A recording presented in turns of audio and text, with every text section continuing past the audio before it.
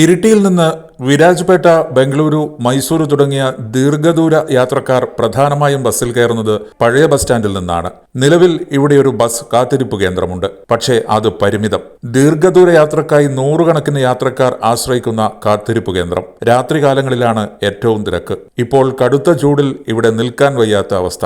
ലഗേജുകളും മറ്റുമായി കുടുംബസമേതം എത്തുന്ന യാത്രക്കാർക്ക് മഴക്കാലത്തുൾപ്പെടെ കടുത്ത പ്രയാസം. സൗകര്യപ്രദമായൊരു ഇരിപ്പിടമോ പ്രാഥമിക ആവശ്യങ്ങൾ നിറവേറ്റാനുള്ള സംവിധാനമോ ഇല്ല. പ്രാദേശിക സ്ഥലങ്ങളിലേക്കുള്ള യാത്രക്കാർ സമീപമുള്ള ഫുട്പാത്തിൽ കച്ചവട സ്ഥാപനങ്ങൾക്ക് മുന്നിലായാണ് ബസ് കാത്തു നിൽക്കുന്നത്. ഇവിടെ സൗകര്യപ്രദമായ ബസ് കാത്തിരിപ്പ് കേന്ദ്രം സ്ഥാപിക്കണമെന്നാവശ്യപ്പെട്ട് CPI ഇരിട്ടി ബ്രാഞ്ച് കമ്മിറ്റിയുടെ നേതൃത്വത്തിൽ മുനിസിപ്പൽ ചെയർമാൻ V. വിനോദ് കുമാറിന് നിവേദനം നൽകിയിട്ടുണ്ടെന്ന് CPI മണ്ഡലം കമ്മിറ്റി അംഗം ഡോക്ടർ G. ശിവരാമകൃഷ്ണൻ പറഞ്ഞു. തലശ്ശേരി, മൈസൂർ, ബാംഗ്ലൂർ ഇത് അന്തർദേശീയ പാതയിലെ വളരെ പ്രധാനപ്പെട്ട ഒരു പട്ടണമാണ് ഇരിട്ടി. സംസ്ഥാന പാതയിൽ അന്തർ സംസ്ഥാന പാതയിൽ വളരെ പ്രധാനപ്പെട്ട പട്ടണമാണല്ലോ. അപ്പോൾ ഇവിടെ നൂറുകണക്കിൽ സ്വകാര്യ ബസ്സുകളും അതുപോലെ KSRTC Kerala and as well as നമ്മുടെ കർണാടക സ്റ്റേറ്റിൻ്റെ സർക്കാർ ബസ്സുകളൊക്കെ ദിവസം ഒരുപാട് ബസ്സുകൾ നൂറ്റുകണക്കിൽ ബസ്സുകൾ ഓപ്പറേറ്റ് ചെയ്ത് വരികയാണ്.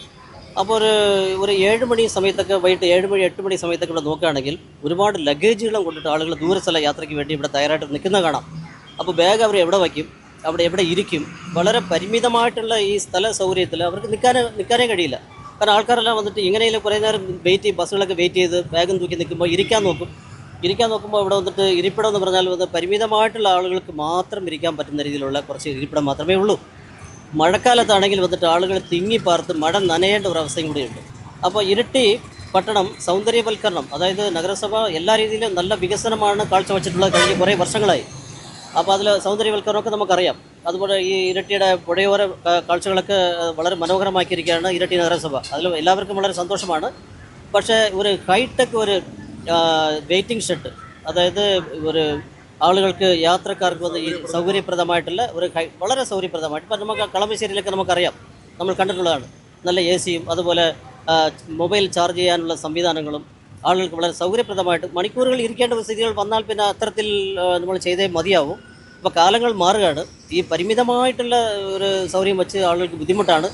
വേനൽക്കാലത്താണെങ്കിൽ ഇവിടെ നിൽക്കാൻ പറ്റില്ല, കാരണം ഈ ഷീറ്റിൻ്റെ ചൂടും മറ്റു കാര്യങ്ങളും. അതുപോലെ തന്നെ മഴക്കാലത്താണെങ്കിൽ പിന്നെ അതിലേറെ ദുരന്തമാണ്. അപ്പോൾ അത്തരത്തിൽ ഇത് നഗരസഭയ്ക്ക് ഞങ്ങളിപ്പോൾ ഒരു നിവേദനം കൊടുത്ത് വരികയാണ്. ബഹുമാനപ്പെട്ട ചെയർപേഴ്സണെ കണ്ട് കാര്യങ്ങളൊക്കെ സംസാരിച്ചിട്ടുണ്ട്. നിവേദനം സ്വീകരിച്ച മുനിസിപ്പൽ ചെയർമാൻ ആവശ്യം അനുഭാവപൂർവ്വം പരിഗണിക്കാമെന്ന് മറുപടി നൽകിയതായും നേതാക്കൾ അറിയിച്ചു.